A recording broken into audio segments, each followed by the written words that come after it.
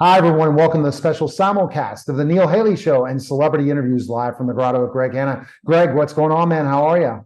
Hey, Neil, I'm doing awesome. How about you, my friend? And I can't wait to talk to our guest because I love baseball. Oh, I didn't know that. Then I'm going to have to get you more and more baseball players.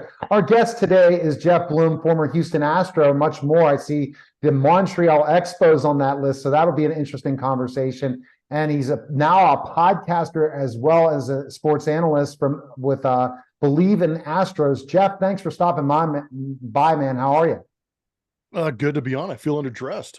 Yeah, absolutely. Let's just jump specifically enough. He always outdresses me. I need to maybe beat that next week. Let's kind of jump into, did you always want to be a baseball player growing up?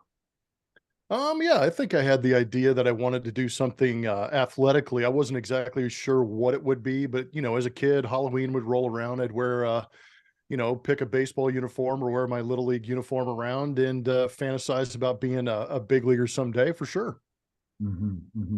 Oh, that is so cool. And what was your first break, to get in? Did you go minors? You go right to majors? Oh man, dude, no, I was one of the longer. I wasn't the Mike Trout or the Shohei Ohtani type. I was more of the guy that had to grind a little bit and create my own avenues.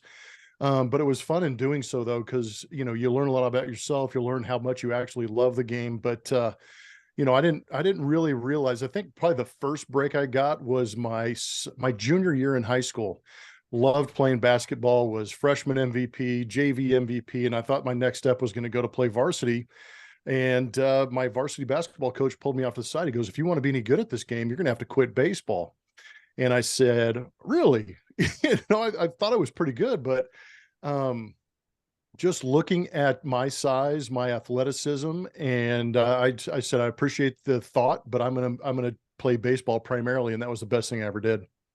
Yeah, because you always think is what's your size, Geoff? So that you were a basketball player too. What was your size? Oh, I was 6'3", about a buck 60 in high school, and I was stopped. I wasn't going to get any taller. I don't think I was going to get any faster, but I knew that my frame was going to fill out when I got a little bit older, and that only meant that I would be slowing down, so it fit better for baseball. Okay. That's amazing. So, what was your first break in the majors? Um, sounds terrible. My first break was when Orlando Cabrera broke his ankle in 1999 and opened up a spot for me to get called up. That was my big break. Wow. Oh wow! And did you think it like in that process, the minors and that process to get to the final call up? That's a big thing, right? Especially now in baseball with the competition level and all going through this compared to other sports where you get drafted and you're going to go and play. But in baseball, that's not it. You go to the minors, you learn the process, and then wait for the call up. Yeah, and even 20 years ago, 30 years ago, when I was playing in the minor leagues, it was different. You had to really they had an X number of at bats they wanted you to get in the minor leagues, X number of innings pitched before you could even be thought about getting into the big leagues unless you were that phenom. And I had been working my way through the minor leagues, and actually I was enrolled in classes for fall to go back to Cal because I thought that was going to be my last year in professional baseball. And I'd been kind of struggling a little bit, had a good year that my last year in 1999 before I got called up. But at the same time, I was 25, 26 years old, and I was really like, how is this going to look on a resume? I was kind of looking towards and I said, I'm going to put everything I can into this season, see what happens. And at the same time, I enrolled in classes to go back to Cal and finish up my degree. But lo and behold, I get called up on August 19th, 1999, and turned myself into a valuable utility player. And I never got sent back down until I was officially retired in 2012. Okay. Wow, that's awesome. You must have a couple of really cool stories that pop out in your mind that you always like those defining fun stories or defining difficult stories. Either way, I'm happy to hear either one, a fun one or a difficult one, or either, in baseball. Well, you know what? I switch hit in professional baseball, but I did not switch hit until I got to college baseball. And a lot of people are kind of floored by that because I learned how to switch hit when I was 18 years old in 1991 in Division I Pac-12 baseball. And that wasn't the easiest thing to do. And 3 years later, I get drafted to play professional baseball. So I was only 3 years old as far as being a left-handed hitter. A lot of people take that for granted and just assume, oh, this guy's been hitting left-handed his entire life. But it was a moment in fall ball when my head coach, Bob Milano, pulled me off to the side and said, "You're going to learn how to switch hit." And I was like, "Nah, you know, that doesn't sound like a great idea. You signed me to be a right-handed hitting shortstop for you." And he goes, "I think you've got the athleticism. I think you can do it." And being 18, a little bit too cocky maybe at the time, I said, "Yeah, you know what? You're damn right. I can go out there and do that." And I proceeded to work at it. And we played a fall ball schedule where I proceeded to go 0 for 50. I did not get one hit.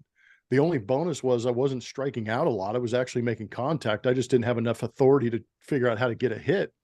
And after those 50 at bats and after that fall ball schedule was over, I walked into Coach Bob Milano's office, and he was old school. He had the dip in, he had a chaw on one cheek, he had a cup of coffee and a cigarette. And he's just sitting there puffing, smoking, and spitting, and looks at me and he goes, what do you need to talk about, son? I said, "Well, I suck." And I go, "I hate sucking. You know, I'm killing the team. I'm killing myself." And I go, what am I getting out of this?" And he's like, "Well," he goes, "you got two options." He goes, "I appreciate you coming in." He goes, "You got two options." He goes, "One, you can continue to switch it because I still believe in you." And he goes, "The second option is you stop and I pull your money. I take your scholarship away and you got to pay on your own, or you got to leave." And I was like, "Well, mom and dad don't have the money. I'm going to have to figure this thing out." And I said, "Thanks for the talk, coach." I went back in the cage for the next 2 hours that day trying to figure it out. And by the end of that season in 1992, I was the starting shortstop for the California Golden Bears in the College World Series. And then you fast forward to 2005, I hit the game-winning home run in Game 3 of the World Series. And guess which side of the plate I'm standing on when I hit that home run? Left-handed. Yeah. So, I mean, this guy, he was my, he was that father figure I'd always been looking for. And he was that coach that always found a way to encourage me. And I thank him every day. He's got a big picture of it in his office of me hitting that home run. And I owe it all to him for being able to teach me and convince me that I could go out there and hit left-handed. How was that feeling? That's all right. Real quick. Yeah. What was the mechanical change that you figured out, for the left, to make it happen? Which one should I tell you about? Because I turned into the Cal Ripken of left-handed swings. There was a famous Cal baseball player that played for the New York Yankees and had a rookie year where he hit 25 home runs. Name was Kevin Moss. And, big, strong guy, was in a real squatted down position. So that was like my initial swing. I'm like, well, I'm going to swing like that guy. He went to Cal. He was good. He hit power. And I was terrible. It wasn't. And then I decided to stand up, a little bit flatter bat. I made a lot of contact, slapped the ball around, figured out how to get hits. And this is back when I had speed too. But it wasn't until 1998, I had elbow surgery and was sent from AAA down to West Palm Beach to play A-ball, kind of work my progression back as far as rehab. But before I got on the field, I actually had a chance to sit in the cage and just take thousands of swings. And there was a hitting coach down there named Frank Kremblis. And he's watching, we're working, toiling away. And he goes, "Have you ever thought about getting your hands away from your body?" Because I'm a big guy. And he goes, "Get your hands away from your body and kind of clear some space to let your hands move a little bit more freely." That was one adjustment. All of a sudden, I started to drive the ball, and I developed a little bit of a toe tap to get my weight on my backside. And next thing you know, I'm driving the ball out of the ballpark. Finished 1998, great. Go to big league camp in 1999. Go to AAA, have a great year, and get called up, and the rest is history. Wow. Awesome. Thinking about, you talked about the World Series, winning a World Series. Like, again, when you get the chance to interview all these players, being an analyst now, and talking to all your former colleagues in Major League Baseball, not many of them can say they're world champions, right? That's got to feel great. Yeah. It does feel great. I had a modestly good career, that I'm beginning to realize, now looking back on it. At the time, it felt like a complete grind, but I appreciate my opportunities. But it's kind of funny. You walk around the ballpark a little bit and everybody, you kind of get I know that guy works for the Astros, but what does he do? Who is he? And you kind of get the initial, "Oh, hey, nice to meet you."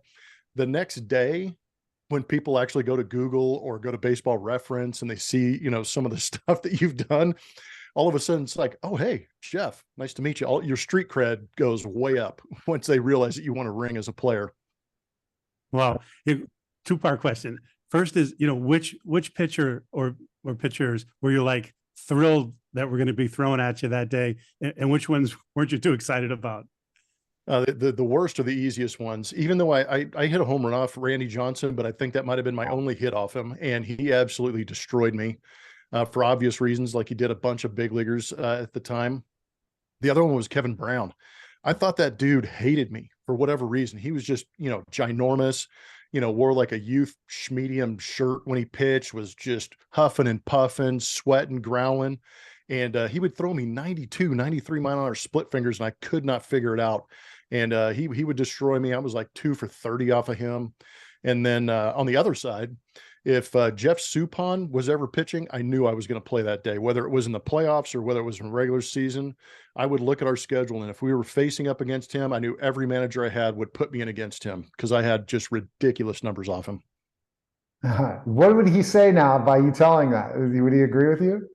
Oh, absolutely. I'm sure he would. I mean, it's hard to argue. I think I literally had about 30 or maybe 30, 40 at bats off him and hit 500 with like 3 home runs. Don't you wish that was your numbers the whole time, right? Yeah. I might have my own podcast bigger than this, Okay. Well, obviously, I'm from Boston. If you didn't know that, so the Red Sox near and dear to my heart. Who would you rather be up against, Pedro or Roger Clemens? Roger Clemens any day of the week. I didn't face, fortunately, I didn't face either of them all that much. I think I faced Pedro more, but I had the misfortune of facing Pedro during that 99, 2000, 2001 stretch that he was on, where it was wiffle ball, Nintendo, it was like video game type stuff that he was throwing up there. As much fun as it is to compete against guys that are that good, it's a realization that they are that good. And that was probably the most fun I've had and the most horrifying times that I've had, because I get questions like this all the time. What was it like facing Pedro in his prime? And he had 4 legitimate all-star pitches. And I remember my first time facing him, I was like, I'm going to go up there, I'm going to sit fastball away, and I'm going to adjust everything else. Psh, brutal. He buggy whips a fastball in there that I foul off, then it's a curveball, then it's a changeup, then it's a slider, and then he takes speed off his fastball, and I'm going, what the hell's going on? So I eventually got to the point where I said, you know what? I've got one chance on one pitch, and it's the changeup. So literally the rest of my career, I sat changeup on him every single pitch.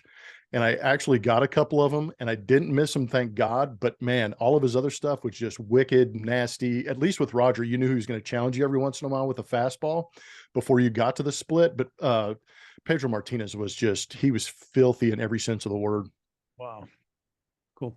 It's interesting when people say, when you get to talk to players today, do they remember these players you're talking about? Are they students? Yeah, they do. They understand it. They remember it.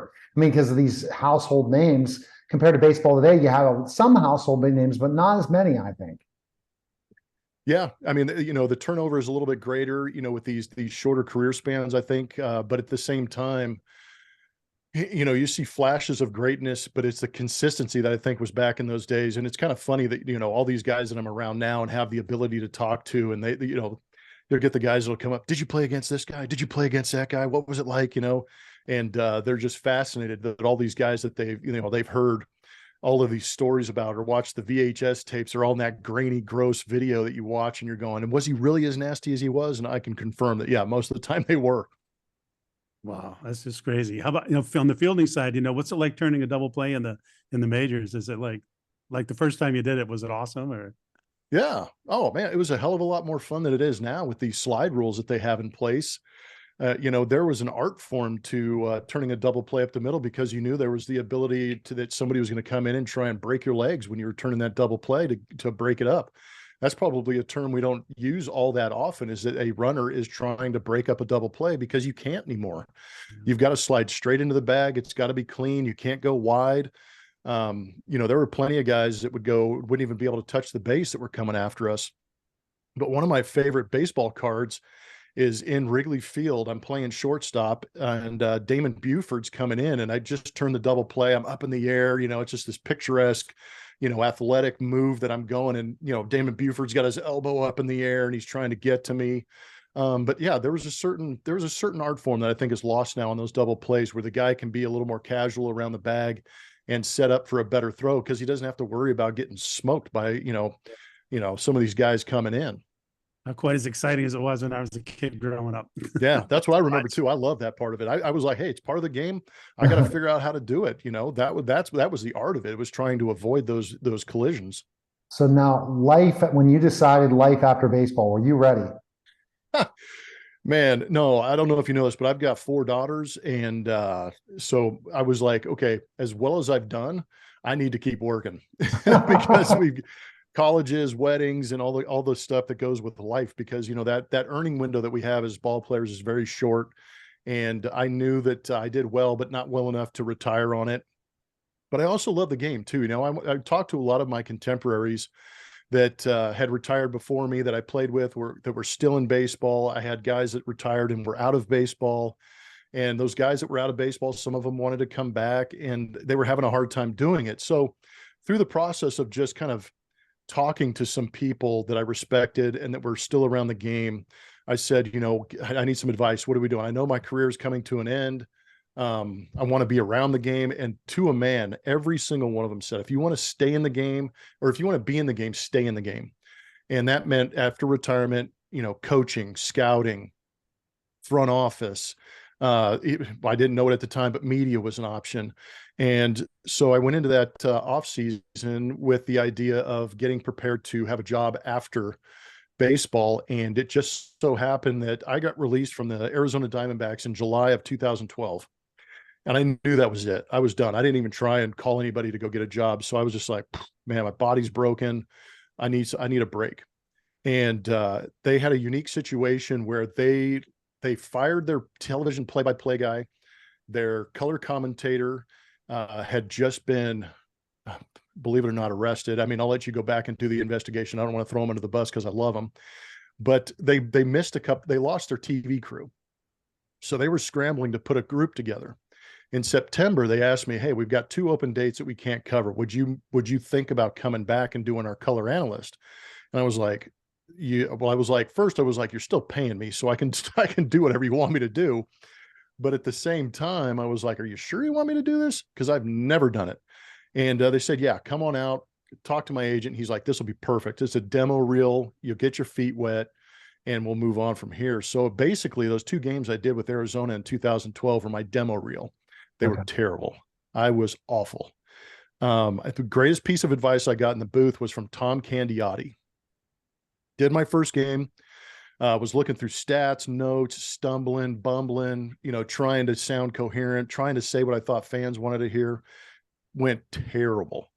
The next day I showed up, Tom Candiotti came in and he's like, how'd it go? And I'm like, this is hard, man. I'm like, I don't know what I'm doing.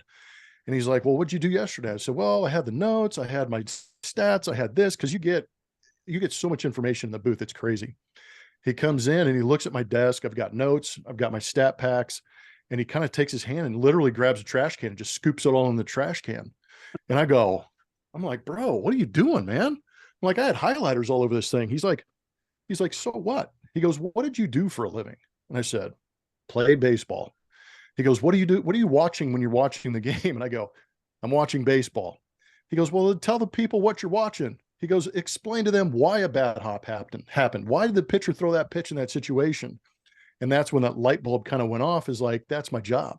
I've got to add color to the game and bring that to the fans at home. And that was a real turning point for me. And then luckily, I've interviewed for the Astros job, and I've had this job ever since 2013. But that was a big turning point for me in the booth. And how about you being at the, oh, God, Greg, another question, go. Yeah, I was just going to ask you real quick. What are some of the favorite plays that you called out that you can remember now, once you got that all figured out, what you're doing? Oh man. We've had a couple. We had a combined no-hitter in New York last year was unbelievable, because I played in the last no-hitter last no-hitter thrown against the Yankees at home, I played in. And then last year on June 25th, the anniversary's coming up, I got to call the combined no-hitter at the new Yankee Stadium. So tying those 2 things together was pretty remarkable. Anytime Jordan hits a home run, I'm losing my mind. Those are the ones I remember. We have division clinching games. I've been in the clubhouse as a player that celebrated, and then I got to be in there as a broadcaster and cover celebrations. Those are just some of the ones that really kind of pop out early. Wow. It's really cool stuff for sure. And Mhm. basically, why the podcast? So tell me about the podcast, especially because you're doing the analyst. I think everyone needs to have a podcast now, as we're seeing that is the form of medium that people want to consume more and more, especially because it's longer, not the sound bites that you get in baseball or Mhm. kind of the entertainment value the ESPN gives versus really giving the behind the scenes, the things that you know and you could say and put your color into it, right? No, you're exactly right. Yeah, and I like this. I like the form that you guys are going with right here, interviewing people. And I think that's actually one of my podcasts. We're going to shift in that direction and try and get a little more insight, because you're right in the sense that everything that you're watching on TV is obviously programmed. There's sound bites, there's timing, there's elements, sponsorships. There's so much production put into what you see on TV that sometimes it's not watered down, but it's just kind of brief. It's kind of abrupt at times, where you kind of want to expound a little bit or give a little more insight or tell that colorful story. And you don't really get the chance to do that on live TV. So why not break it down and take your time to really unpack and unfold, or really form an opinion? And I think that's where podcasting is great. And if anybody's listening to this, do it. It's cathartic. I mean, you get to talk to people, you get to say some crazy stuff and maybe say, I shouldn't have said that, or man, I really didn't know I felt that way, kind of thing.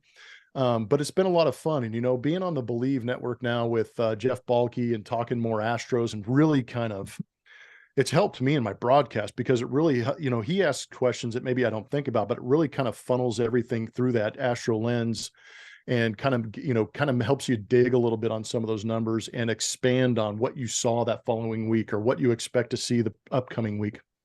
No, and I see when you're talking to people like in that way, you're able to really know you're not looking at that sponsor or that thing. You can really give your real true opinion, because there could be people in the back end when you're going to interview, or you go in the back interview some of the players, you can't say certain things because it could come back politically. But then you have your own platform, you can say what you want to say. That's the big thing that goes Yeah. back. You say Yeah, one thing wrong, or you say thing that might tick off listeners. It's your podcast. You can do what you want to do. Yeah, because they're making the choice to tune in. They're actually tuning in to watch the Astros, instead of me. But yeah. All And you right. don't need your notes or your stats cards with you either. Yeah, no, that's true. Yeah, it's a lot less prep. It's a little more coming straight out of, that's kind of the beauty of it too, is it's kind of impromptu. And if you've got good enough guests and you're having that conversation, it'll spark some conversations that you didn't even anticipate going. I know, like right now, I'm going to ask you, I forgot to ask you about Mariano Rivera. What was that like? The closer.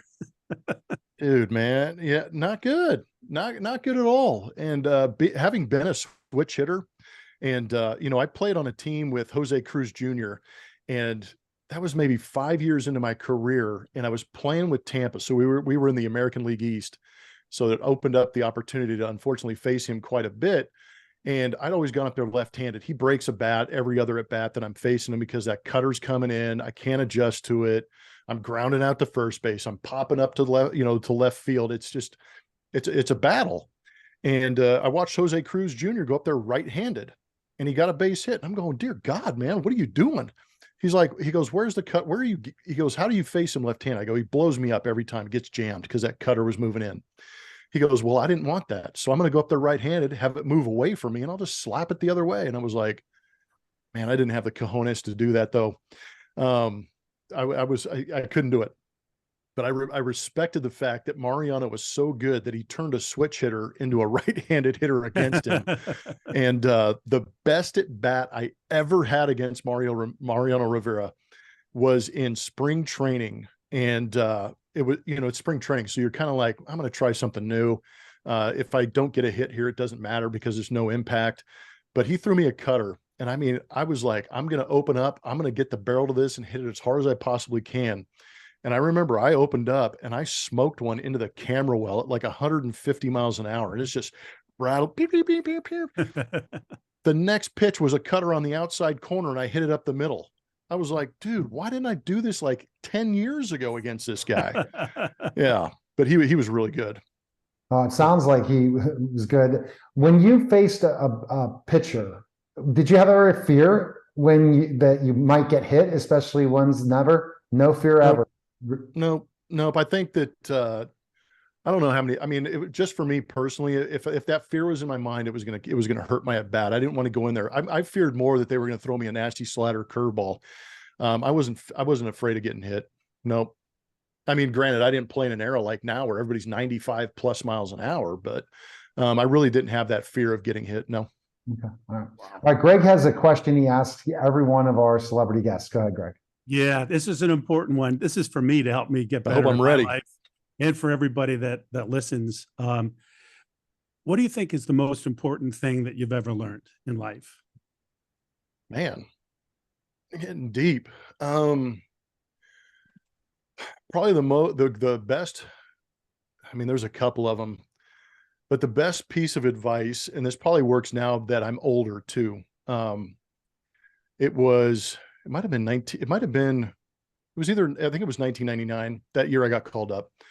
But I had been playing. I've tried to play a little bit of third base, and it wasn't going well. I kept making errors, and moved back to shortstop, made a couple more errors, and there was just this frantic feeling on the field for me, because a lot of people don't realize how fast baseball is actually moving when that ball is put in play. But my manager, Jeff Cox, pulled me aside and just kind of said, you've got more time than you think. And my immediate reaction was bullshit. I'm like, this guy's running a 4-second, speed down to first base. This guy he's got this crazy hop coming off the lip. If I don't catch this clean and if I drop it, I got to freak out and throw this thing. He's like, you've always got more time than you think. And immediately the game slowed down for me. And all of a sudden I took a better route to the baseball. I started to get better hops. I was a little more keen to seeing the ball into my glove, making the exchange and making the throw and throwing guys out by 2 steps now. And all of a sudden I'm going, damn, dude, thank you. But now that I'm out of the game and I watch our kids on phones, I watch, how these games are reacting. And I'm like, everything's coming at us through a fire hose 24/7, but you've got more time than you think. You will be okay. If you fail this test, ask the teacher if you can retake it, or what do I have to do the next time to not fail that test? And now that I'm in my, I just turned 50, I'm going, man, my time's running out, when in actuality, it's not. We've got podcasts, I've got a platform. I can talk to my kids. I can direct them. I can slow things down, and I don't have to have these knee-jerk reactions. And I think that's probably the best advice I've ever gotten. And I still use it to this day, even when I'm having an argument with my wife or I'm trying to correct my kids. Take a step back. I don't have to answer this right now. I don't have to fix it right now. And I'm just going to take my time, and we'll work it out from there. But you've always got more time than you think. And it's hard this day and age with as fast as this world's moving. Excellent advice. Thank you. That's advice I'll have to think about too, Greg. That was really great advice. The best place people can listen to the podcast is where, Jeff? It's on all major platforms, but we're on the Believe Podcast Network, BLEAV. I know that we're on all those major platforms, from Apple to Spotify and that kind of stuff. And of course, watch every Astro game you can. I'll be on there. All right. We appreciate it, Jeff. Thanks again. Fantastic. No, thank you. All right. That was Celebrity Interviews live from the Grotto. Greg, Hanna, guys. Take care.